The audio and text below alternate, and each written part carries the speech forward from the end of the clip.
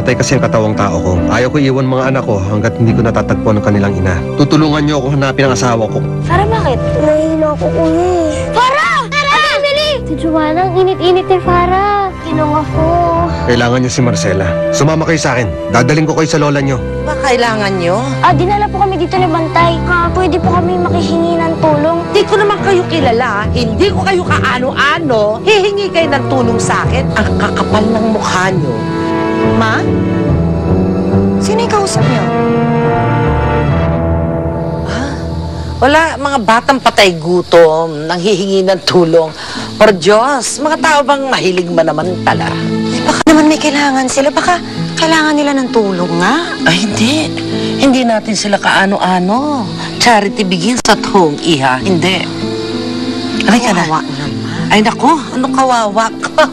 Mas kawawa tayo pag naloloko tayo. Diba? Oh, andyan na sila. Oh.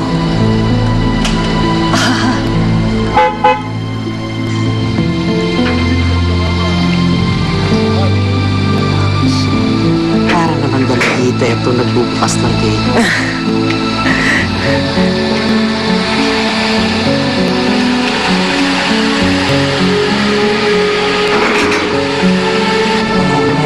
Si Mami na dyan, ha? Spike, halika na! Spike! Marcela, dahil ako na yung pagkain. Babe! Yan.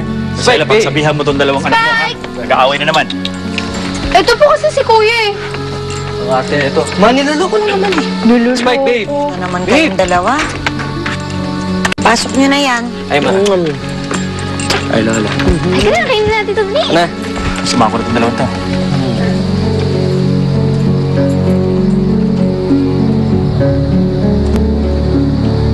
Marcela, tama na. Okay na yun, huwag mo intindihin yung mga yun. Teka na, saan naman dyan ang anak? Ka na.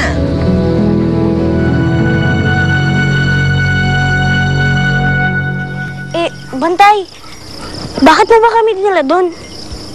Ang sungit-sungit naman ng babae doon eh. Sama-sama ng ugali. Napakadamot. Hayaan mo na, Junix. Gusto lang namang makatulong ni Bantay eh. Bakit pa dun sa bahay na yun? Kilala ba natin yung babaeng yun? Lola niyo yon. Matutulungan kayo nun. Kung naiintindihan niyo lang sana ako. Okay lang yung Bantay. Alam naman naming magandang intensyon mo eh. Ang mabuti pa, umuwi na tayo para malaman natin kung ano nangyari kay Farah. Tara na. Kung naiintindihan niyo lang sana ako. Dadali sana buhay niyo. Tara na, Bantay.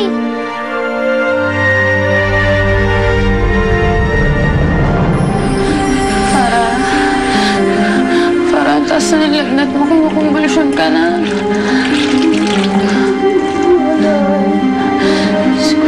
Si Ebony. Farah.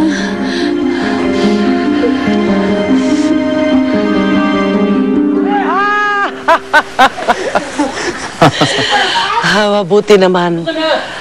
At naging madali para kay Marcela ang pag-a-adjust sa bago niyang buhay. Bilang ina at asawa mo, Simon. Sino ho mag-aakala na magkakaganito? Na matutupad ang aking mga pangarap na makakasama ko siya. Nakakatuwa ako kung paano maglaro ang pagkakataon. Hindi ito pagkakataon. Kapalaran niya ito, Simon. Ito ang tamang buhay para sa anak ko. Ang sa piling ko at piling mo. Tama ho kayo, Mama Clarita. Tama ho kayo. Sa akin lang dapat si Marcela.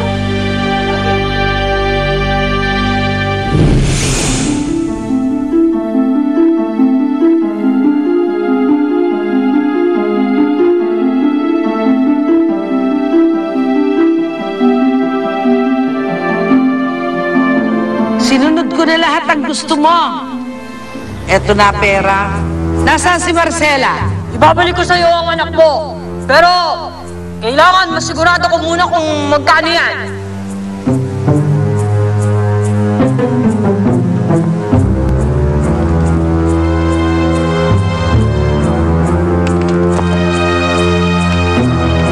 Magtiba-tiba tayo pag nakuha natin ang ransom. Oo nga. Makakapag-chicks na ako ng swabe pag nakuha ko na ang pera. Chicks? Pera. Di ba asawa mo utol ko? Eh, bakit may ibang chicks? Wala, ang sabi ko, ikaw ang mang-chicks, hindi ako bingi. Sinong bingi? Tayo ang bingi. Dahil hindi natin narinig si Marcela nakatakas. Wala na! Dali!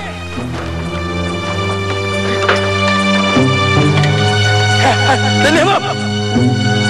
Dali! Yeah! Patay tayo. At kailangan malaman ni Daisy ito agad. Dali! Dali!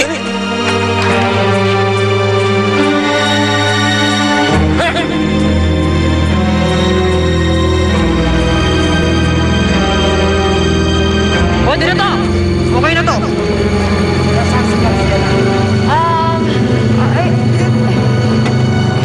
Dali! Sumasala na aksidente! Dali!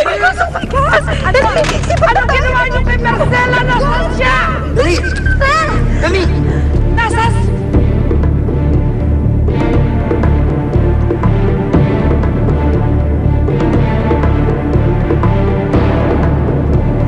Marcela! Marcela, oh my God! Marcela, ano nangyari?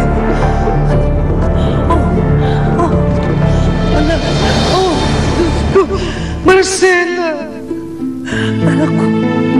Marcela! Marcela!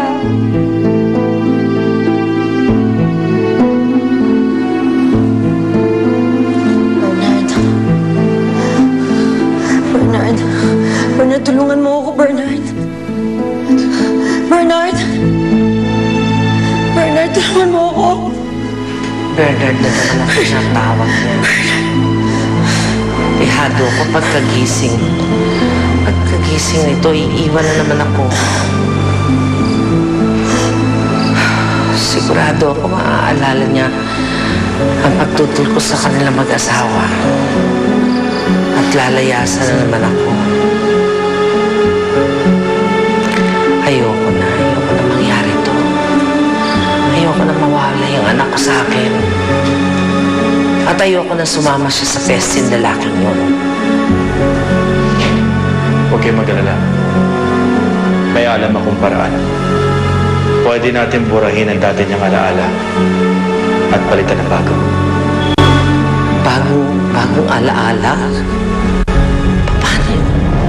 Sasaksakan natin siya ng gamot na makakagulo sa kanyang pag-iisip gamit ang mga to para makalimutan niya ang buhay niya dati. At gamit ang hipnotismo, magagawa nating magtanim ng bagong impormasyon sa utak niya.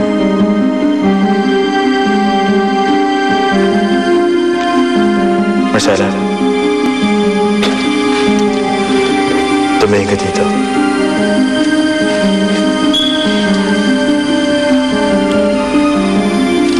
At makinig ka mabuti sa sasabihin ko.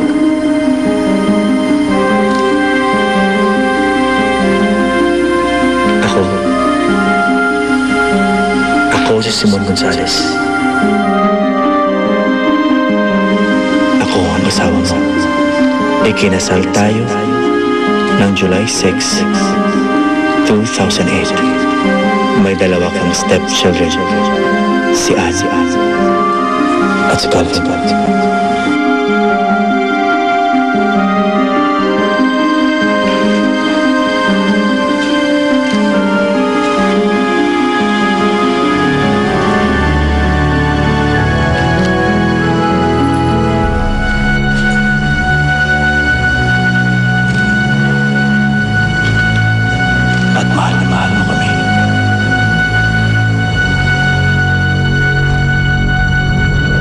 Tama lang ang ginawa natin, Simon. Maayos na ang lahat. Huwag lang bumalik ang kanyang alaala. I don't want to lose my daughter again. Hindi na ho babalikan ang kanyang alaala. Basta palagi lang siya nakakainom ng gamot.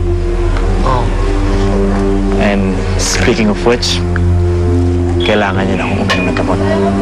Yeah. Marcela? lang, ha? Apo.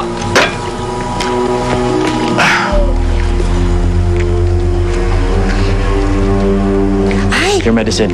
oo nga. Ako buti na lang pinaalala mo. Hindi ko na makalimutan.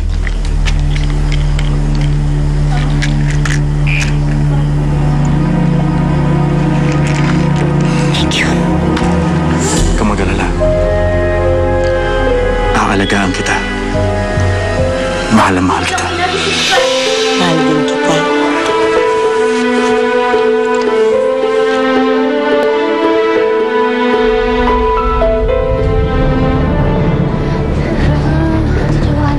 Emily, ang taas-taas na kasi ng lagnat niya eh. Ate Joanna, nagdudugo yung ilong niya. Ate, baka kailangan na natin siyang bilhin sa ospital. Farah! Ate, dumudugo.